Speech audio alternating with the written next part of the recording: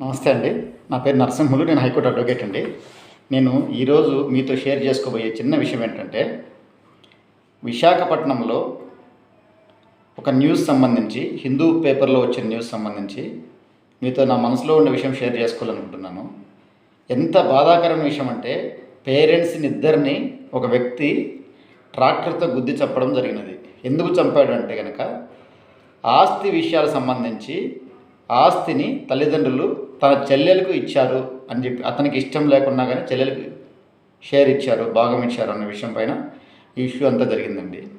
ముఖ్యంగా ఈ విషయంలో కేసు ఏమైతే అది కేసు యొక్క పురోభివృద్ధి ఏంది, అతని శిక్ష పడుతుందా, అవి కాదు మనం తెలుసుకోవాల్సింది. అది చూసేదానికి పోలీసు వ్యవస్థ ఉంది, శిక్షలు వేసేదానికి న్యాయ వ్యవస్థ ఉంది. అవి రెండు వాళ్ళు చూసుకుంటారు. మనం ఏం తెలుసుకోవాలి ఇటువంటి వాటిల్లో నుంచి అనేది మనం పూర్తిగా గ్రహించవలసిందండి. ఒక మనిషిగా, ఒక మానవుడిగా మృగానికి మనిషికి తేడా ఏందనేది మనం గ్రహించాలి. ఫస్ట్ మనం పిల్లలు పెంచే పెంపకంలో వాళ్ళకి ఏం నేర్పిస్తున్నామో, వాళ్ళకి ఏమైనా విలువలు నేర్పిస్తున్నామో, అసలు విలువలు అంటే ఏంటి, బేసిక్స్ అంటే ఎక్కడి నుంచి వస్తాయి, సినిమాల్లోంచి వస్తాయా, బుక్స్లోంచి వస్తాయా, పెద్దల నుంచి వస్తాయా, పెద్దలు రాసిన గ్రంథాల్లోంచి వస్తాయా, భారతము, రామాయణము, భగవద్గీత ఇట్లా గొప్ప గొప్ప వాటిలోంచి వస్తాయా, ఆ బేసిక్స్ మనకు తెలియాలి.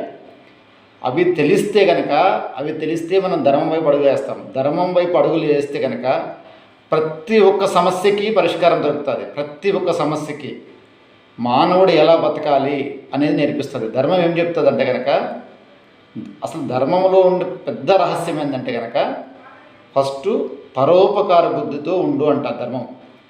చివరిగా వేదాల సారాంశం కానీ అన్నిటి యొక్క సారాంశం చివరిగా చెప్పేది ఏంటంటే కనుక, మీరు పెద్దలను అడగాలని తెలుసుకోండి. ఈ విషయంపై నేను తెలుసుకుని చెప్తున్నాను, నా యొక్క స్థాయి పరిపక్వతను బట్టి నేను చెప్తున్నాను. ధర్మం చెప్పేది ఒకటే, పరోపకార బుద్ధితో ఉండు అంటుంది. రెండోది ఏమంటుంది, వీలు కాని పక్షంలో అపకార బుద్ధితో అయితే ఉండొద్దు అంటుంది. ఈ రెండు విషయాలు కనుక మనకు జీర్ణించుకునే స్థాయికి మనం ఎదగలిగితే కనుక, వంట పట్టగలిగితే కనుక వాళ్ళ యొక్క మానవ జన్మే మారిపోతుంది అని నేను అంటాను. ఎలా అంటే కనుక, పరోపకార బుద్ధి అనేది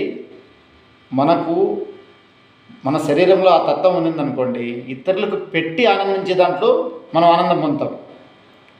అది ఈ పిల్లవాడి విషయంలో ఎలా అనుభవం అవుతుంది అంటే కనుక, మీరు ఫర్ ఎగ్జాంపుల్కి ఇతని పిల్లవాడు కాదు, పెద్ద అతనే ఫర్ ఎగ్జాంపుల్కి మ్యారేజ్ అయ్యి ఉండొచ్చు అనుకోండి. ఇతని విషయంలో మనం ఎలా అన్వయం చేసుకోవచ్చు అనుకుంటే, ఉదాహరణకి ఇతనికి పక్క మనిషికి దానం చేసే స్వభావం కానీ, లేకుంటే తన చెల్లెలకి అతను ఇచ్చే స్వభావం కానీ చిన్నప్పటి నుంచి ఉండింటే కనుక అతను అంత శాడిస్ట్ లాగా తయారు కాడు. అంటే పెద్దలు ఏం చేయాలంటే, పిల్లల మధ్య సఖ్యత పెంచాలి చిన్నప్పటి నుంచి. వీళ్ళు ఎలా పెరుగుతున్నారు, వీళ్ళు అంత ఆప్యాయంగా ఉన్నారా, అంత అన్యోన్యంగా ఉన్నారా, ఇంట్లో